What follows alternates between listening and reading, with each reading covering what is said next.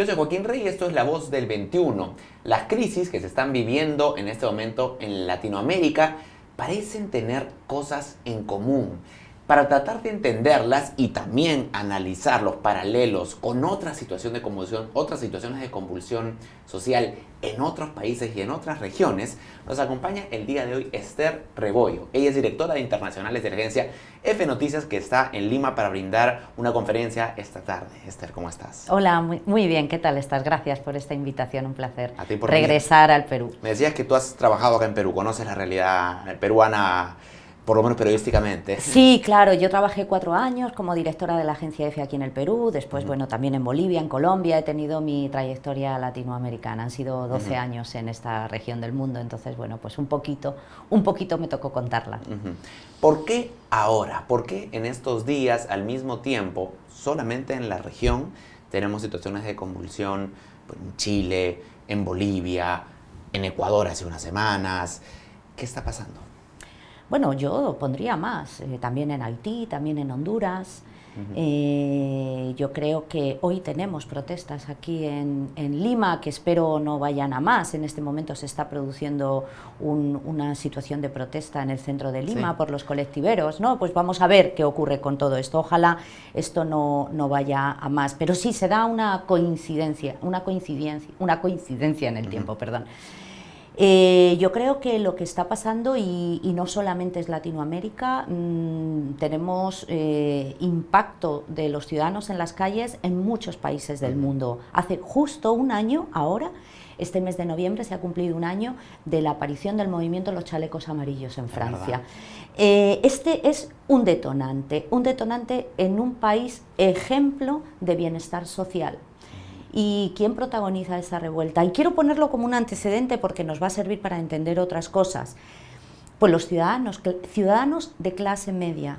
¿Por qué? Porque les ponen un impuesto al carburante, una llamada ecotasa. En principio podría parecer para una sociedad como la francesa un buen ejemplo de civismo, pagar un impuesto adicional para descontaminar.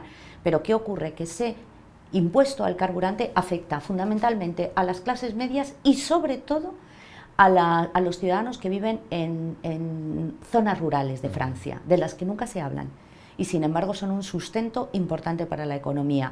Y esto es un detonante, de ahí empiezan a surgir, ese es el primer motivo, que se va sumando otros, que va generando en un descontento salarios que no llegan para terminar el mes.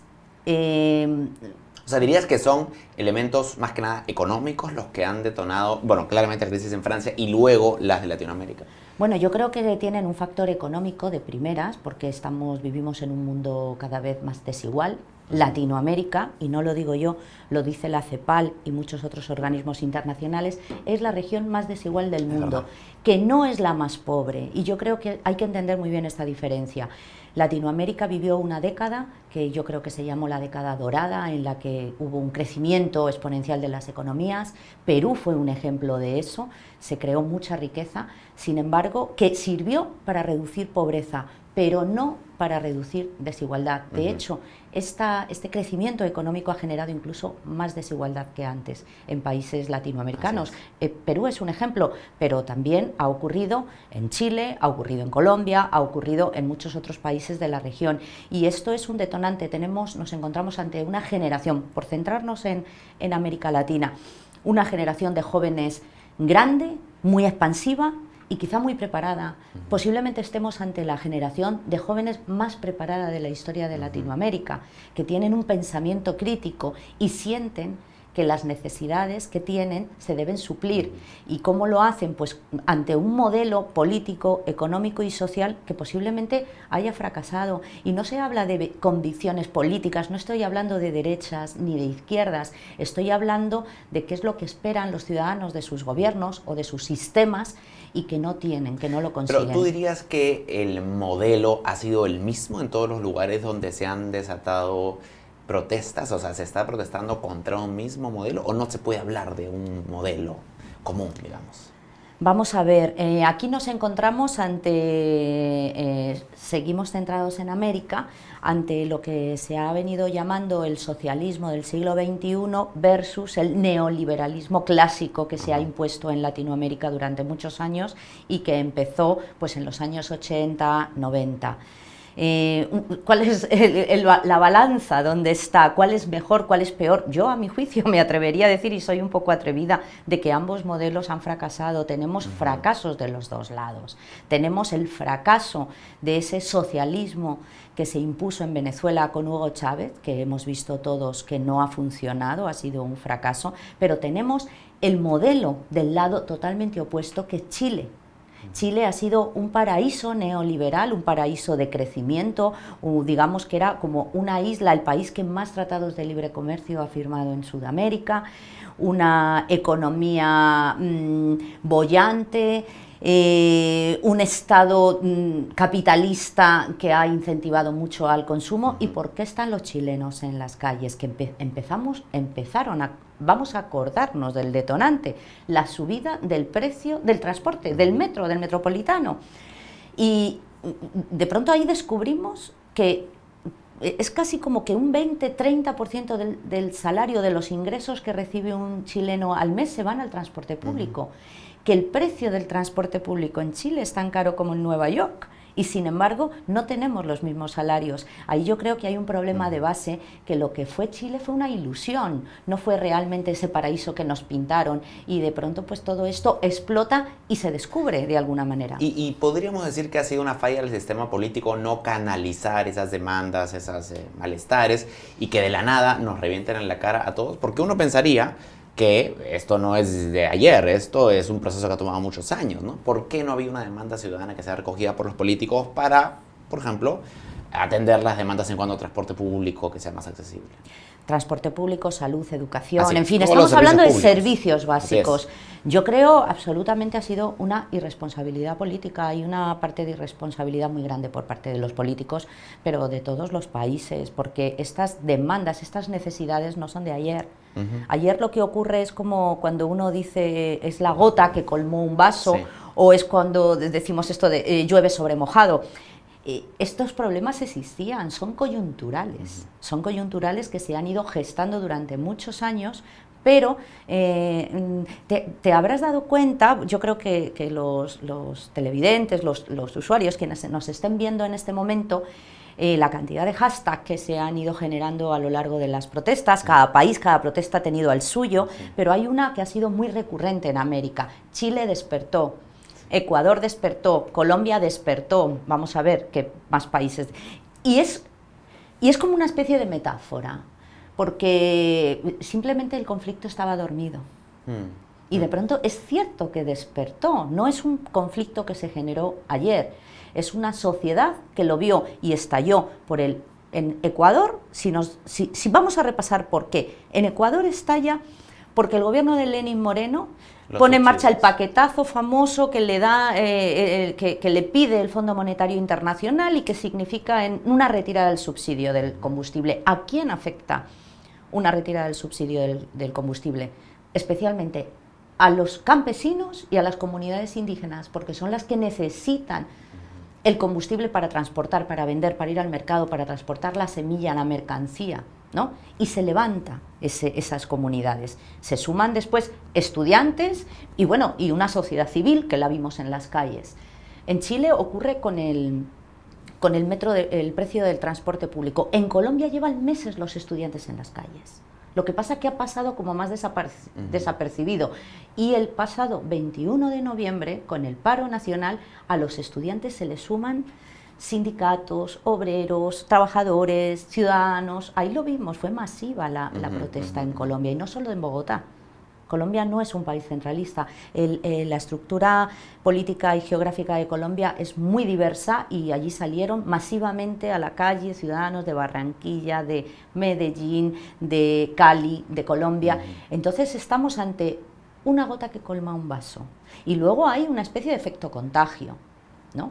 Que estamos viendo cómo desde París luego se inició la protesta en Hong Kong, que hay que poner ojos a Hong es. Kong. Esto es otra película. O sea, en Hong Kong empiezan pidiendo libertad y democracia. Pero también es porque protestan por una ley de extradición, que temen que los hongkoneses pueden ser extraditados a China para ser juzgados allí. ¿Y quiénes pueden ser? Pues los opositores políticos. Entonces, y de ahí ya uno deriva en los jóvenes que piden mejor calidad de vida, piden futuro, piden trabajo, piden oportunidades. Yo creo que la clave de todas estas protestas es algo así como que la juventud, las nuevas generaciones nos están pidiendo futuro, están viendo una falta de oportunidades. Hemos hablado de, digamos, cómo ha fallado el modelo económico, pero desde el punto de vista del modelo político, digamos, ¿podríamos decir que la democracia ha fallado en algunos países? Bueno, la democracia siempre es el mejor de los sistemas posibles, digamos casi como que el aquí menos malo, ¿no? el menos malo o el mal menor, en el sentido de que hay veces que en democracia también se violan los derechos básicos de los ciudadanos. Cuando un ciudadano no tiene salud pública, no tiene educación pública, no le llega su salario a final de mes, pues la democracia, aun en un estado de democracia se está ejerciendo una violencia contra el ciudadano, obviamente. O sea, esos son los derechos básicos que tiene un ciudadano. Cuando uno no tiene esos derechos, pues entonces la democracia falla. Digo que esto es un principio básico, ¿no?, de lógica de análisis. ¿Y ves un riesgo de una ola de autoritarismo en Latinoamérica? Pues ese es un temor, porque nos está pasando también en Europa. Si nos vamos a Europa, nosotros estamos viendo un auge de la extrema derecha y de las xenofobias y de todos estos modelos ultraconservadores que además no son nada transigentes con el diferente, con el otro, con las minorías. Enorme, nos está pasando en el corazón de Europa, lo hemos vivido. Alemania es un país que está afrontando un problema decisivo, pero es que en España también. En España tenemos por primera vez en la historia de la democracia, desde que murió el dictador Francisco Franco, tenemos a un grupo de ultraderecha en nuestro Parlamento, a Vox, y no es con pocos escaños, de pronto se ha convertido en tercera fuerza política.